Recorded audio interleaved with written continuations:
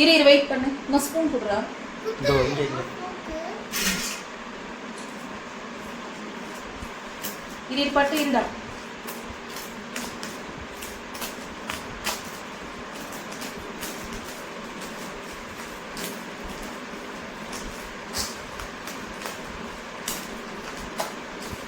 சாப்பாடு அது அதிகமாக இருக்குது போலுங்க.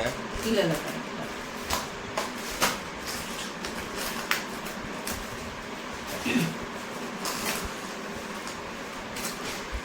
பட்டு கிண்ணம் கொண்டு வாடா. கிண்ணம் எடுத்துட்டு வா சாமி.